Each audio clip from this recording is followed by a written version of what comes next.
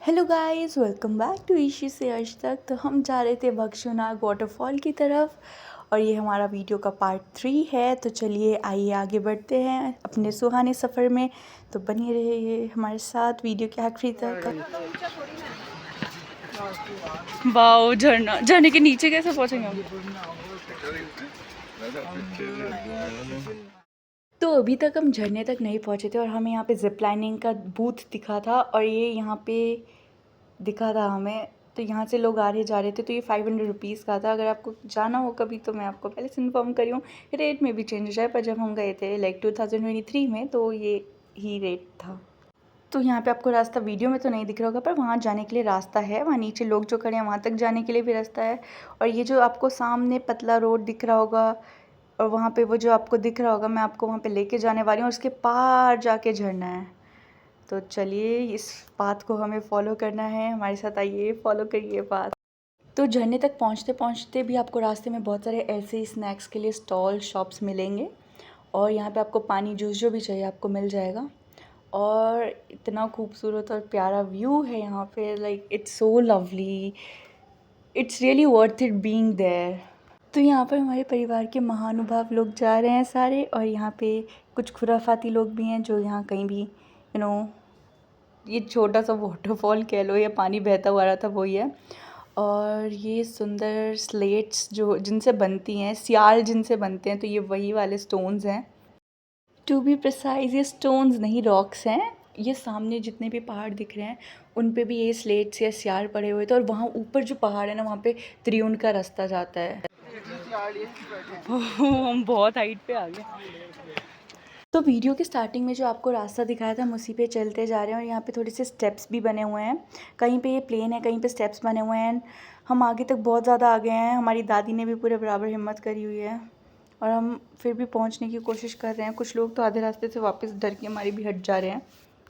तो ये जो पहाड़ रास्ता दिख रहा है ना, हम वहाँ से चलते हुए आ रहे थे। मैंने वहाँ से आपको दिखाया था कि झरने के लिए हमें चल के जाना है।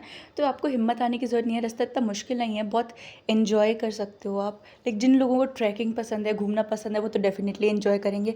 बच्चों को भी ला सकते हैं, बच्चे भी चल के पहुँच सकते हैं, बट रिस्की भी है। Like you have to be very careful with kids over there. And यहाँ पे बना हुआ है ये बेस्ट आउट ऑफ वेस्ट बनाया हुआ है। यहाँ पे अमूल मिल्क के जो कैंस होते हैं, कंटेनर्स होते हैं या बॉटल्स होती हैं जूस की पुरानी, उससे ये बनाया हुआ था। टू बी ऑनेस्ट यहाँ तक पहुँचते पहुँचते हालत तो हमारी ख़राब हो गई थी। अभी मम्मी पापा दादी सब पीछे आ रहे थे और यहाँ पे और लोग भी आ रहे हैं। यहाँ पे बहुत ज़्यादा वो देखो वहाँ नीचे से यहाँ ऊपर तक चढ़ के हुए हैं हम लोग और अभी हमें और आगे जाना भी है। और देखो यहाँ सीढ़ियाँ भी हैं और ये सामने स्लेट या सियाल जिन्हें कहते हैं वो हैं। And people are also coming वहाँ एग्जैक्टली वहाँ से हम इतना ऊपर तक आए हैं अभी। और जो त्रियुण वगैरह जाते हैं वो तो अभी और ट्रैक के लिए जाते हैं। शायद 6 से 8 घंटे का ट्रैक है, मुझे जहाँ तक अंदाज़न पता है। Like I am not sure, हम वहाँ नहीं गए थे। और ये स्लेट पड़ी हुई है। लाइक आई बिलीव मैं अपनी स्टेटमेंट्स लूप पे बताया जा रही हूँ बट ऐसा नहीं है। यही सीढ़ियाँ हम फॉलो करते करते ऊपर आए थे। जब तक हम पहुँच नहीं जाते तो आपको इसी रास्ते के बारे में बता रही हूँ। And the view and the scenery, everything here is so beautiful, so soothing. अरे बाप रे, इतना मुश्किल रास्ता चढ़ के आ गई। और वो देखो पापा और मम्मी अभी वहीं पहुँचे, वो आ रहे हैं। तो कुल मिला के यही सीन था कि कभी कभी हम इतना मुश्किल रास्ता तय करके आ जाते हैं लाइफ में और हमें पता नहीं चलता कि हमने तय कर लिया, लाइक हमने ही किया ये काम। हाँ, तो वैसे ही कुछ अनुभव हो रहा था हमें। बाप रे। और यहाँ पे धूप हो गई इतनी देर से, इतना ठंडा शांत मौसम था, बट यार दैट्स फाइन। कभी कभी ऐसा होता है बच्चे भी गिव अप कर देते थे मुश्किल रास्ते पे कैसे चलना है, बट आना ने अपना आखिरी तक कदम पीछे नहीं हटाए, चलती गई। अगर इस पूरे व्यू को देखा जाए तो कहीं पे धूप है, कहीं पे नहीं है, कहीं पे सूर्य की किरणें गिर रही हैं, कहीं पे नहीं।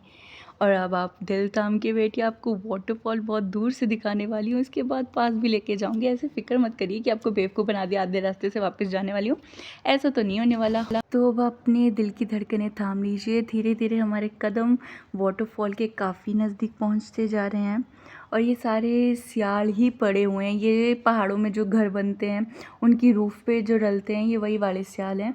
इससे क्या होता है कि बर्फ़ या पानी जो होता है छत पे टिकता नहीं है ना, तो सियाल से, और इससे थोड़ा टेम्परेचर भी मेंटेन रहता है। तो इतना दूर से एक और बार वाटरफॉल को देख लीजिए। लाइक ये सबसे ज़्यादा करीब था और दूर भी है अभी भी, और इतना प्यारा नज़ारा, इतना प्यारा है, इतना ब्यूटीफुल, इतना सूदिंग है।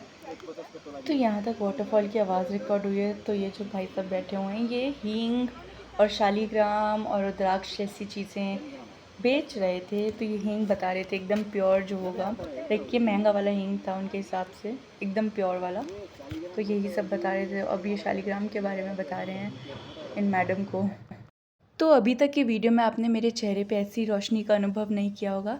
तो ये बदलता पहाड़ों का खूबसूरत सा मौसम है और खूबसूरत सी मैं।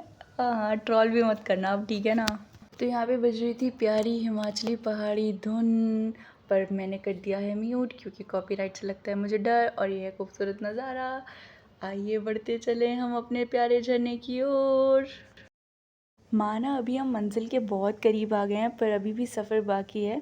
आधा रास्ता तय कर लिया है, कुछ सीढ़ियाँ चढ़नी बाकी है और झरने तक आप सबको अपने साथ पहुंचाना भी बाकी है। तो बने रहिए हमारे साथ। तो इस पार्ट की कोई सेंस नहीं है, बस हम लोग पहुंचने ही वाले थे और झरने की ठंडी हवा महसूस कर पा रहे थे। और ये पतला सा रास्ता हमें चल के जाना था और यहाँ पे पैर भी बहुत स्लिप हो रहे थे क्योंकि ये सियाड़ है ना, भिगो गया तो इस पे पैर स्लिप करता है, बहुत ज़्यादा कर रहा था। तो ये हमारी बस शायद आखिरी सीढ़ियाँ हैं, बस हम फिर पहुँच गए। और ये सामने खूबसूरत सा झरना, सॉरी फ़ोन बहुत ज़्यादा मूव कर रहा है। और ये चाची थी और ये आखिरी के कुछ कदम झरने की ओर हमें बढ़ाते हैं और आगे चाचू चिंटू और रहाना चले गए हैं। तो यहाँ पे रास्ता बहुत ही नैरो है, एक बारी में मतलब एक ही बंदा टप सकता है और चप्पल गिल्ली हो तो पैर फिसलने का बहुत डर है यहाँ पे।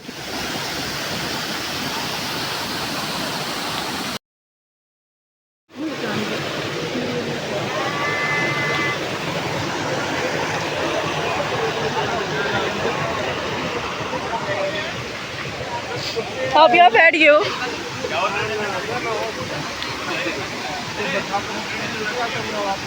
तो ये रहा हमारा खूबसूरत सा बख्शनाग वाटरफॉल। तो ये झरने का कितना साफ़ पानी यहाँ से आ रहा है क्योंकि ये पहाड़ों से आ रहा है। और ये कितना खूबसूरत नज़ारा है। और वहाँ से हम लोग चल के यहाँ तक आए हैं। देखिए कैमरा में कम लग रहा होगा, शॉर्ट डिस्टेंस लग रहा होगा, but there were very turns and twist over there to reach here. और ये हमारा भक्षुनाग का वाटरफॉल। तो चलते चलते फाइनली हम वाटरफॉल तक पहुंच गए हैं और एक अलग ही सुकून मिला। तो फाइनली दादी पापा और मम्मा भी यहाँ पे पहुंच गए और हम सब यहाँ आ गए हैं। एक्चुअली बहुत ज़्यादा भीड़ है, अगर ये भीड़ नहीं होती ना तो बहुत मज़ा आता, बट सबका हक है घूमने का भाई, ऐसे कैसे भीड़ कम होने की उम्मीद कर सकते हैं। बट ये बहुत ही खूबसूरत नज़ारा था। लेकिन वहाँ देखो गर्ल्स फ़ोटो शूट भी करा रही हैं एंड हम लोगों ने भी कोशिश।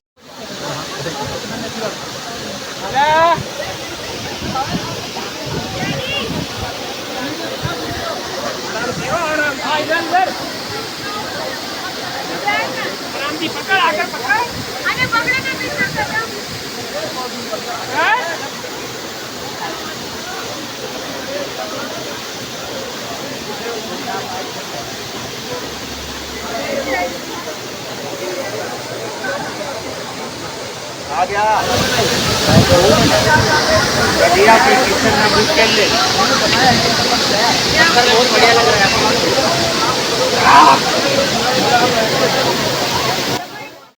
तो हमारे भक्षुनाग वाटरफॉल के पास फ़ोटोशूट और वीडियोग्राफी करने के बाद समय आ चुका है यहाँ से अलविदा लेने का। यहाँ की सुंदरता, ठंडक, शांति के अनुभव को अलविदा कहने का समय आ चुका है।